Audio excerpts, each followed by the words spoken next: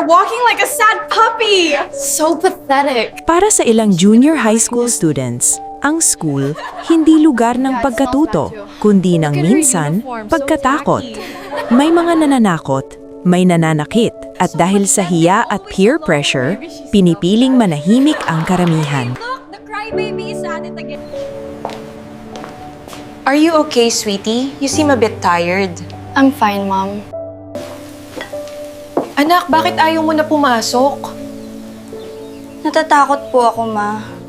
Mom, I'd like to continue my studies with OED instead. Hanggang sa may nahanap I'll inquire silang right ibang away so daan, you can enroll as isang soon as ligtas na paraan ng pag-aaral. Sa OED, may peace of mind, sariling pace. Ikaw ang may hawak ng oras kung kailan ka ready, doon ka mag-aaral. Walang bullies, walang gang, walang peer pressure. Kapag malaya ka, mas malaya kang mangarap. I realized I can study at home, peacefully, with real peace of mind. Kung saan ang pag-aaral ay ligtas, payapa, at may pag-asa. At karamihan sa kanila, nag-e-excel pa. Basta Online Education, OED. Ituloy ang